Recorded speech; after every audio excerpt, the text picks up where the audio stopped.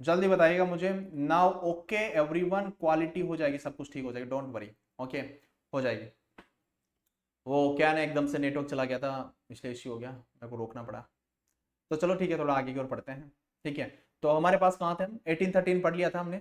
Okay, और 1833 दोबारा explain कर देता हूँ। ओके, क्या बोला था मैंने 1830 के अंदर, पहले तो उन्होंने बोला था कि आप यहाँ पे व्यापार कर सकते हो, लेकिन 13 के अंदर उन्होंने क्या बोला कि आप टी का नहीं कर सकते हो, ओपियम का नहीं कर सकते हो, चाइना के साथ व्यापार नहीं कर सकते, ये उन्होंने हटा दिया। ओके, अब दूसरी बात यहाँ पे क्या बोला कि अब भाई साहब तुम व्यापारी नहीं करोगे, अब आप एक एडमिनिस्ट्रेटिव बॉडी हो। ओके, सिर्फ एडमिनिस्ट्रेशन देखिएगा, इसके अलावा आपको कुछ भी नहीं करना। ओके, तो यहाँ पे प्रॉपरली इनका व्यापार खत्म कर दिया।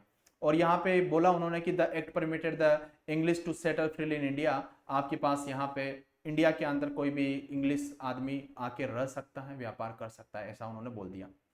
अगली बात यहां पे आती है कि गवर्नर जनरल ऑफ बंगाल, अब देखो यहां पे कौन आ गया बेटा, गवर्नर जनरल ऑफ बंगाल की उपाधि अब जाती है। अब कौन आता है, governor general of India, the made lord William Bentinck the first governor general of India.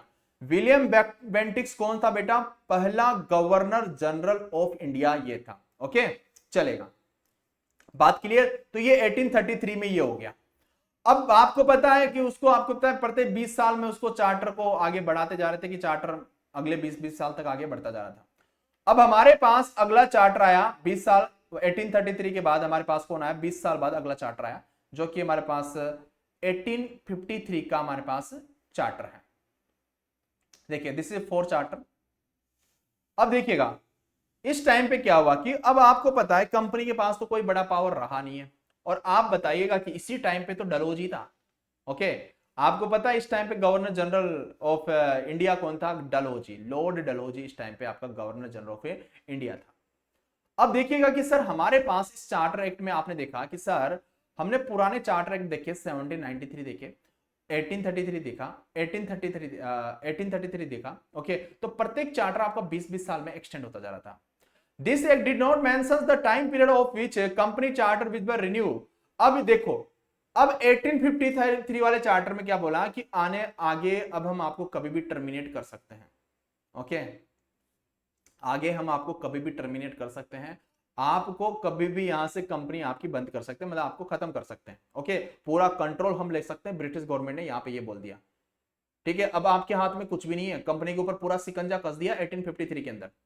क्या बोल दिया, अब आपके हाथ से हम कभी भी ये पावर छीन सकते हैं, जो थोड़ा बहुत हमने एडमिनिस्ट्रेशन पावर जो भी दे रखा है ना, वो भी हम कभी भी छीन सकते हैं। अब आगे का कोई ड्यूरेशन नहीं दिया, 1833 के बाद तो 20 साल का ड्यूरेशन दिया था चार्टर एक्ट में, बट अब आगे का कोई टाइम पीरियड नहीं है, कभी भी छीन सकते हैं भैया, कल ही छीन सकते हैं, ऐसा भी उन्होंने बोल दिया। अच्छा, तो देखिएगा sir, for first time legislative, इसी टाइम पे क्या हुआ, जो आज की तारीख में आप बोलते हो ना लोकसभा राज्यसभा जिसको आप बोलते हो, इसी टाइम पे, उस टाइम पे लेजिस्लेटिव और एग्जीक्यूटिव फंक्शन बोलते थे, एग्जीक्यूटिव और लेजिस्लेटिव आपके पास फंक्शन उसी टाइम पे आया। गवर्नर जनरल काउंसिल वर सेपरेटेड, दोनों अलग अलग हमारे पास यहां पे आए, लेजिस्लेटिव और एग्जीक्यूटिव आपके पास 1853 में यहां पे नया मोड़ लेके आया, नई चीज आई, जो कि अभी आपके पास लोकसभा राज्यसभा होती है, विधानसभा के अंदर, पार्लियामेंट के अंदर। सर देखिएगा कि आपके पास it extend the company rule for indefinite time, मैंने बोला कंपनी को कोई टाइम नहीं दिया गया, कभी भी उनसे पावर छीन सकते हैं, जो थोड़ा बहुत पावर दे रखा है। अनलाइक द प्रीवियस चार्टर में 20 साल का दिया होता था, लेकिन अब कोई टाइम पीरियड नहीं दिया है। It could taken over by the British government at any time, British government कभी भी इनसे पावर छीन सकती है। It gave birth to the Indian civil services, जिसे आप आज की तारीख में आईएएस अधिकारी बोलते हो, ये भी बेटा 1853 में लाया गया था। तो the it gave birth to the Indian civil services and was open to all including Indians. This ended the system appointment by recommendation and started a system of open fair competition. तो भाई पहली बार उन्होंने openly challenge दिया कि अब India वाले भी है ना, जो आईएएस का एग्जाम होता है ना, जो इंडियन सिविल सर्विसेज, उसका पार्ट बन सकते हो। पहले तो क्या था, इंडियंस तो पेपर दे ही नहीं सकते थे भैया, फॉरेनर ही होते थे, इंग्लिश में नहीं, उसमें आईएएस ऑफिसर बन सकते थे, लेकिन पहली बार उन्होंने बोला कि नहीं नहीं नहीं, इंडियन भी दोगे और आप भी बन सकते हो। ये 1853 में हुआ। अब लेकिन ये चार्टर आपका कभी भी खत्म हो सकता है, उन्होंने बोला टाइम नहीं दिया है ब्रिटिश गवर्नमेंट ने। तो चलो बढ़िया बात है। अब आपको पता है 1853 के बाद क्या हुआ होगा? 1857 तो आया होगा, आया होगा कि नहीं आया होगा? और 1857 तो सभी लोग जानते हो, पढ़े हो ना मॉडर्न हिस्ट्री। अब देखो 1857 आया होगा तो यहां पे आपको पता है 1857 का रिवोल्ट हुआ था, याद है? रिवोल्ट हुआ था झांसी की रानी लक्ष्मीबाई। और जैसे ही ये रिवोल्ट हुआ तो भाई साहब क्या हुआ होगा? अब आपके पास ये चार्टर वार्टर सब खत्म। अब यहां पे भाई साहब वो आपके पास आ गया government of India act 1858। Okay, बात समझ में आ गया? अब हमारे पास कौन आ गया बेटा? Government of India act 1858। अब यहां से पूरी जो भी कंपनी की पावर थी अब वो ब्रिटिश क्राउन मतलब ब्रिटिश गवर्नमेंट के अंडर में आ चुकी है। जो थोड़ा मोड़ा पावर भी दे रखा था ना ईस्ट इंडिया कंपनी को कि आप यहाँ पे एडमिनिस्ट्रेशन, पहले तो व्यापार के लिए बोला, फिर थोड़ा बहुत उन्होंने 1830 के अंदर टी वगैरह के बारे में भी उनसे व्यापार छीन लिया। फिर 1833 के अंदर उनसे बेटा बोला कि व्यापार मत करो, आप सिर्फ एडमिनिस्ट्रेशन देखिएगा। ओके, अब 1853 में बोला कि अब हमें इंडिया में लेजिस्लेटिव मतलब जिसे आप लोकसभा राज्यसभा बोलते हो, लेजिस्लेटिव और एग्जीक्यूटिव हम बिठाएंगे। ओके, बढ़िया बात है। सिविल सर्विसेज भी इसी टाइम पे लेके आए और ये भी बोला कि अब हम आपसे पावर कभी भी छीन सकते हैं, अब हम आपको कोई आगे का 20 साल का एक्सटेंड वाला चार्टर नहीं देंगे।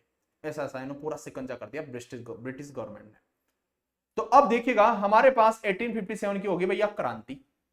अब ये 1857 की क्रांति हुई ना तो अंग्रेज तो भैया बहुत सियाने थे। ओके, उन्होंने पूरा का पूरा जो भी था ना, जो भी मतलब ब्लेम करना था वो किस पे कर दिया? कंपनी पे कर दिया।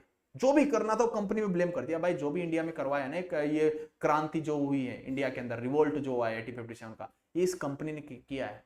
भाई इस कंपनी को हटाओ। तो पूरा ब्लेम किस पे डाला? कंपनी पे डाल दिया। तो इसी टाइम पे कंपनी खत्म, कंपनी राज इंडिया से खत्म हो चुका है। ओके, अब यहां पे कंपनी को हटा दिया गया है। तो अब आता है मेरे भाई नई चीज आएगी अब तो भैया, गवर्नमेंट ऑफ इंडिया एक्ट 1858।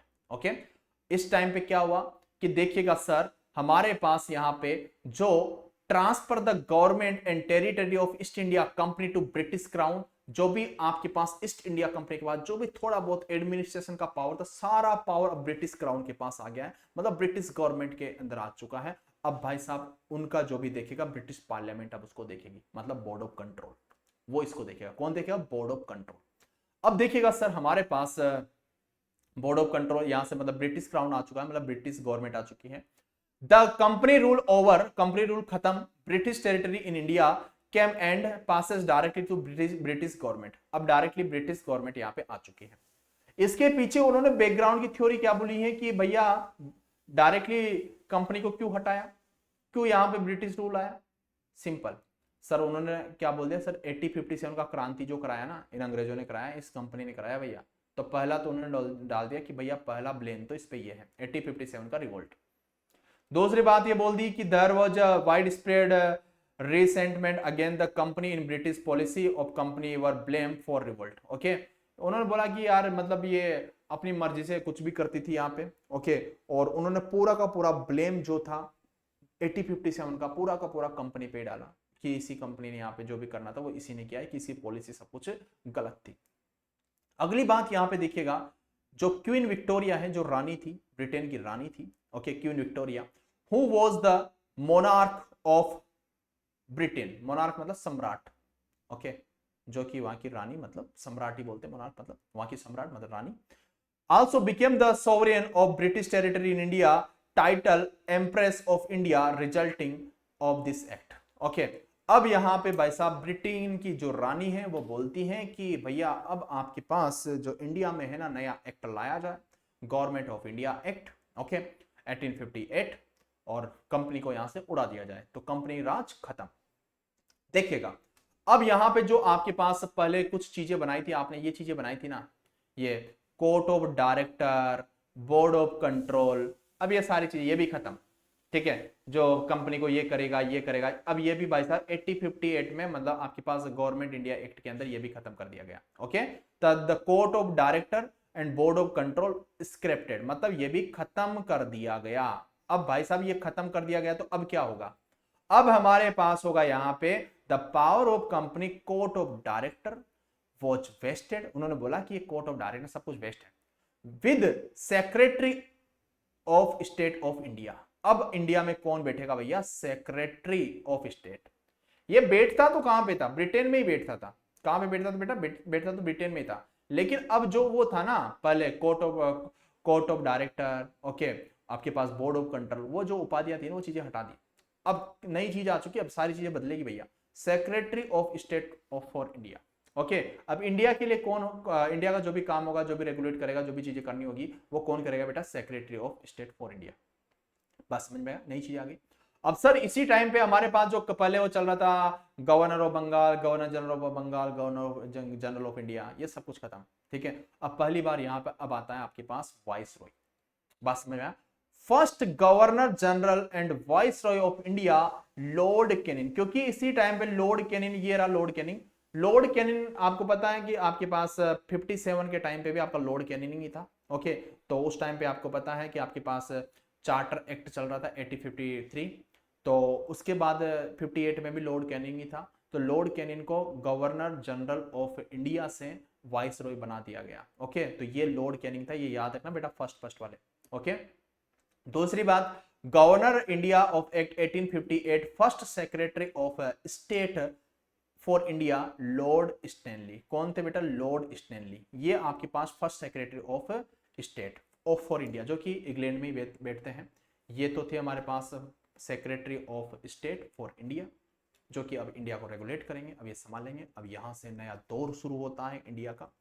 तो ये सारी चीजें हैं। तो आज हमने 1773 से लेके 1858 तक सीखा। मजा आया आप लोगों को? तो आज का सेशंस हम यहीं पे रखते हैं।